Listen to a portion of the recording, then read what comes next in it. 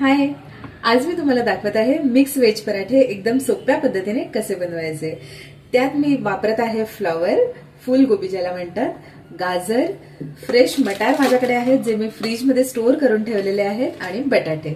तुमच्याकडे अजून कोणते व्हेजिटेबल्स असतील तर तेही तुम्ही वापरू शकता। हे मिक्स व्हेज पराठे आपण बघणार आहोत टाइम मॅनेजमेंट सकट, म्हणजे सगळ्यात आधी काय गोष्ट करायला हवी आणि कसं आपण थोडंफार टाइम मॅनेज करू शकतो। कोणतीही गोष्ट कुक करायला थोडासा वेळ तर लागतोच, पण त्यातल्या त्यात आपण वेळ कसा वाचवू शकतो ते मी तुम्हाला ह्याच्यामध्ये दाखवणार आहे। व्हिडिओ शेवटपर्यंत नक्की बघा। YouTube मराठी रेसिपीजवर जर तुम्ही नवीन असाल तर माझ्या चॅनलला सबस्क्राईब नक्की करा। व्हिडिओ आवडला तर लाईक करा, तुमच्या फ्रेंड्स अँड फॅमिली बरोबर शेअर करा। चला तर मग रेसिपीला सुरुवात करूया। त्यासाठी सगळ्यात आधी भाज्या वाफवायची तयारी आपल्याला करायची आहे। त्यासाठी एका स्टीमरमध्ये मी पाणी तापत ठेवलेलं आहे। पाणी जोपर्यंत तापतंय तोपर्यंत आपण भाज्या चॉप करून घेऊया। तर सगळ्यात आधी एका बाउलमध्ये मी थोडंसं मीठ घेतलेलं आहे आणि त्यामध्ये मी फ्लॉवरचे फ्लोरेट्स थोडेसे सेपरेट करून घालणार आहे। याने काय होतं ना की फ्लॉवर छान स्वच्छ होतो आणि त्याच्यामध्ये बारीक अळ्या वगैरे असतील तर त्या बाहेर निघून येतात। अशाच प्रकारे आपण बटाटे, गाजर वगैरे भाज्याही मिठाच्या पाण्यामध्ये स्वच्छ धुवून घ्यायच्या आहेत। बटाट्याची मी सालं काढून घेत आहे, तोही पाण्यामध्ये मी घातलेला आहे। गाजराचीही सालं काढून घ्यायची आहेत आणि त्याचे थोडेसे काप करून आपल्याला घालायचं आहे ते मिठाच्या पाण्यामध्ये। तुमच्याकडे बाकी कोणते व्हेजिटेबल्स असतील तर तेही तुम्ही या स्टेजलाच धुवून घेऊ शकता। ह्याच्यामध्ये मी मटारही घालणार आहे। मी या 4 भाज्या वापरत आहे, पण तुमच्याकडे अजून कोणत्या भाज्या असतील तर त्या तुम्ही नक्कीच वापरू शकता। आणि हे जेवढं प्रमाण मी अंदाजाने सगळ्या भाज्या वगैरे घेत आहे, पण या प्रमाणामध्ये साधारणपणे 4 ते 5 मिक्स व्हेज परोठे नक्की बनतात। तर अशा प्रकारे सगळ्या भाज्या मी वॉश करून घेतलेल्या आहेत। याला रफली थोडंसं आपल्याला सेपरेट करून चॉप करून आपल्याला घालायचं आहे। कॉलीफ्लॉवरचे असे फ्लोरेट्स मी सेपरेट करून घेत आहे, खूप बारीक चिरायची गरज नाही आहे। हे बघा, अशा पद्धतीने सहजपणे निघतात याचे फ्लोरेट्स। आणि फ्लोरेट्स जेव्हा आपण सेपरेट करतो ना तर ते कॉलीफ्लॉवर शिजायला खूप मदत होते। हे बघा, अशा पद्धतीने। आणि यानंतर बटाटा आणि गाजर जे आहे ना तेही मी रफली चॉप करणार आहे थोडंसं आणि ते ह्याच्यामध्ये घालणार आहे। हे मिक्स व्हेज पराठे जे मी तुम्हाला दाखवत आहे ना ते मी तुम्हाला अगदी व्यवस्थित दाखवणार आहे, टेक्निक सगट, की भाज्या बाहेर न येता व्यवस्थित तुम्ही सोप्या पद्धतीने आणि टाईम मॅनेज करता कसे करू शकता। व्हिडिओ शेवटपर्यंत नक्की बघा। चला तर मग भाज्या आपल्या व्यवस्थित चिरून झालेल्या आहेत। तर हे एक स्टीमरचं जी प्लेट असते ना, पोर्सवाली जी प्लेट असते ती मी घेतलेली आहे आणि त्याच्यामध्ये या सगळ्या भाज्या मी घालत आहे आणि या आपल्याला थोडंसं मिक्स करून वाफवायला ठेवायच्या आहेत। याच्यामुळे काय होतं ना, जोपर्यंत भाज्या 15-20 मिनटं शिजत आहेत ना तोपर्यंत आपण बाकीची तयारी करू शकतो।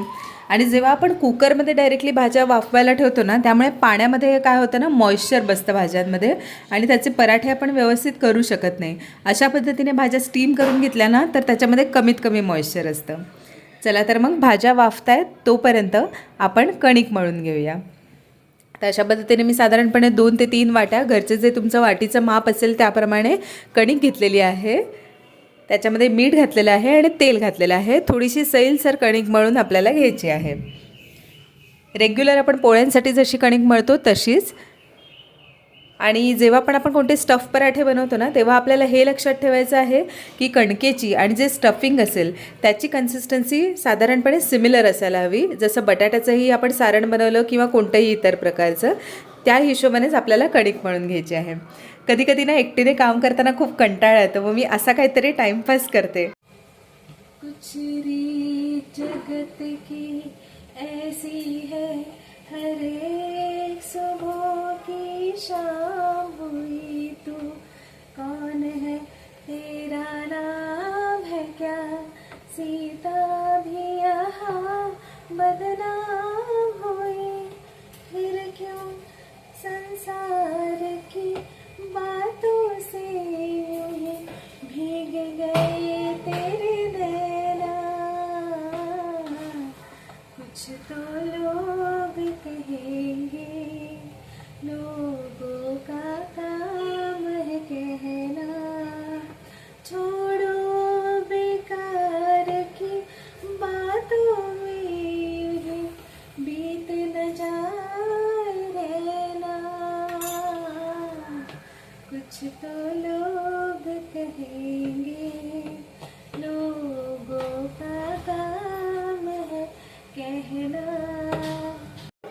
असा माझा विरंगुळा सुरू असतो काम करताना, म्हणजे कंटाळा येत नाही. होप मी तुम्हाला बोर केलं नसेल. तर कणिक म्हणून आपली तयार आहे. साधारणपणे 10 मिनटं आपल्याला ती रेस्ट करून ठेवायची आहे. तोपर्यंत आपल्या भाज्या वाफवून तयार आहेत. एकदा सुरीने आपण थोडंसं पिंच करून त्याला चेक करून घ्यायचं आहे की भाज्या शिजल्या आहेत की नाही. साधारणपणे मॅश करता येईल ना एवढ्या भाज्या इतपत आपल्या शिजल्या पाहिजेत. आता मी स्टीमरमधनं हे बाहेर काढून ठेवत आहे. थोडंसं गार करून घ्यायचं आहे आपल्याला, कारण हे जेव्हा एक फार गरम असतं ना तेव्हा त्याच्यामध्ये मॉइश्चर जास्त असतं. मग जोपर्यंत आपण गार करतोय तोपर्यंत काय करायचं ना, थोडं सुरीने याला जेवढं जमेल तेवढं बारीक चॉप करून घ्यायचं, सो दॅट ते लवकर गारही होतं आणि त्याच्यामधलं मॉइश्चर कमी व्हायलाही मदत होते. त्यानंतर या पद्धतीने मी पावभाजी मॅशरने ते व्यवस्थित मॅश करून घेत आहे. आणि ऑलरेडी आपण ही पोरस प्लेट घेतलेली होती, त्यामुळे एक्स्ट्रा जे मॉइश्चर पाणी असतं ना ते त्या प्लेटमधनं निघून जातं आणि हे मिश्रण थोडंसं ड्रायअप व्हायला मदत होते. कारण मिक्स व्हेज पराठ्यामध्ये हे नेहमी चॅलेंज असतं की भाज्यांमध्ये मॉइश्चर राहतं आणि तो पराठा आपल्याला लाटायला जमत नाही, स्टफ करायला जमत नाही. तर अशा पद्धतीने तुम्ही नक्की ट्राय करून बघा. एकदम परफेक्ट व्हेज पराठा बनतो.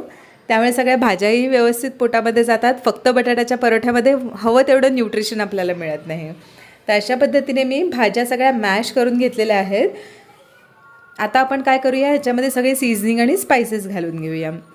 तर सगळ्यात आधी मीठ घातलेलं आहे, हळद घातलेलं आहे, लाल तिखट, भाजलेल्या जिऱ्याची पावडर, त्यानंतर गरम मसाला थोडासा आणि बारीक चिरलेली कोथिंबीर. तुम्हाला कोणते मसाले अजून आवडत असतील तर तुम्ही तेही वापरू शकता. चाट मसाला, लिंबाचा रस किंवा आलं मिरची लसणाची पेस्ट जर तुम्हाला वापरायची असेल तर तेलामध्ये थोडीशी परतून तुम्ही ह्याच्यामध्ये मिक्स करू शकता, कारण कच्च्या पेस्टची टेस्ट एवढी चांगली लागत नाही, ते थोडंसं पंजंट लागतं. तर अशा पद्धतीने आपलं सारण तयार होत आहे.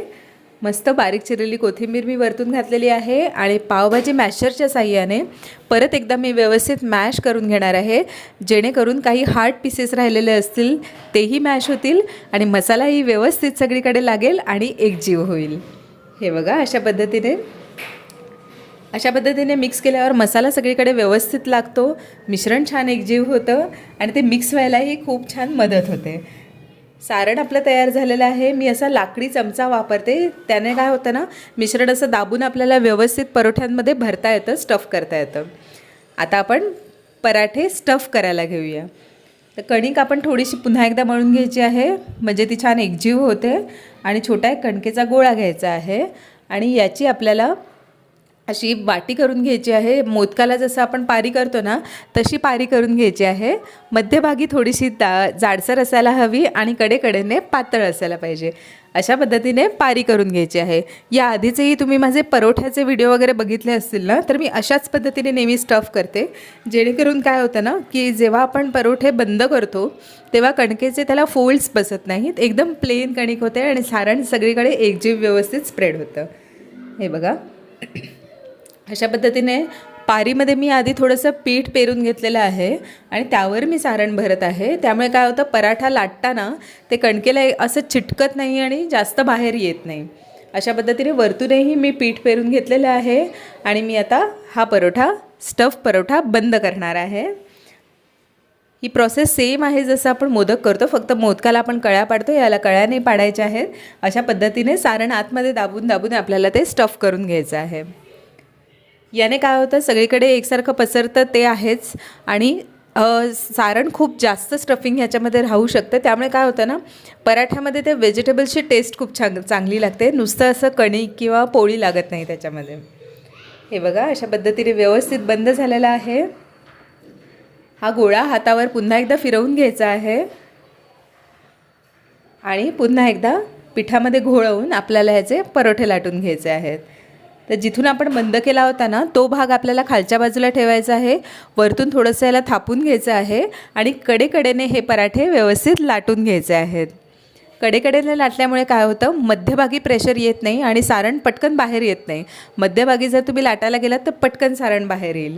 आणि त्यानंतरही लाटताना जर एखाद्या साईडने सारण थोडंसं बाहेर आलंच तर त्या साईडने पुन्हा लाटायचं नाही. ज्या बाजूने थोडंसं जाडसर राहिलेलं असेल तो भाग लाटून घ्यायचा आणि पराठा वाढवून घ्यायचा, मोठा करून घ्यायचा.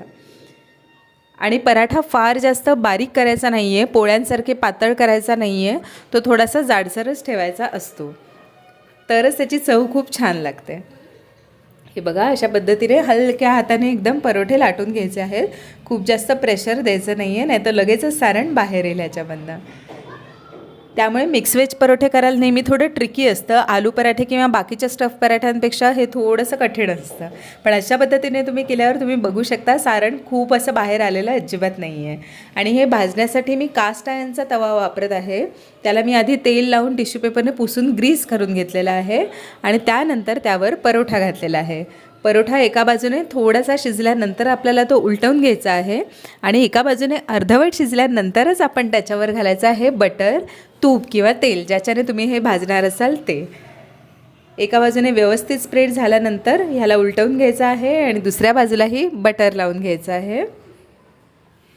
अशा पद्धतीने तुम्ही बघू शकता छान ते असा थोडा थोडा फुलतो आहे आणि मस्त टेम्पटिंग यम्मी बनत आहे. याच्यामध्ये तुम्ही तुमचं काही ॲड ऑन करू शकता. जसं तुम्ही स्टफिंग करताना त्याच्यामध्ये चीजही वापरू शकता, पनीर वापरू शकता. पण चीज किंवा पनीर हे एकदम ऐन वेळी जेव्हा तुम्ही स्टफ करता तेव्हा किसून घालायचं आहे आणि सेम पद्धतीने पराठे लाटून घ्यायचे आहेत. फक्त मग तेव्हा तुम्हाला व्हेजिटेबल्सची स्टफिंग आहे ती थोडीशी कमी करायला लागेल.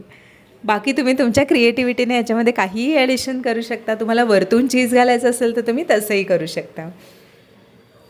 हे बघा, अशा पद्धतीने छान मिक्स व्हेज पराठा आपला तयार होत आहे. तुम्हाला एकदम मऊसूत हवा असेल तर लगेच तुम्ही तव्यावरनं काढा. हलका क्रिस्पी हवा असेल तर थोडा वेळ भाजू द्या. अशा पद्धतीने 4 ते 5 पराठे माझे रेडी आहेत. हे बघा, मस्त गरमागरम परोठे आहेत जे मी दह्याबरोबर सर्व केलेले आहेत. तुम्ही हिरवी चटणी, केचप किंवा अजून कोणत्याही डीपबरोबर हे सर्व करू शकता. इवन नुसतेही खायला खूप छान लागतात.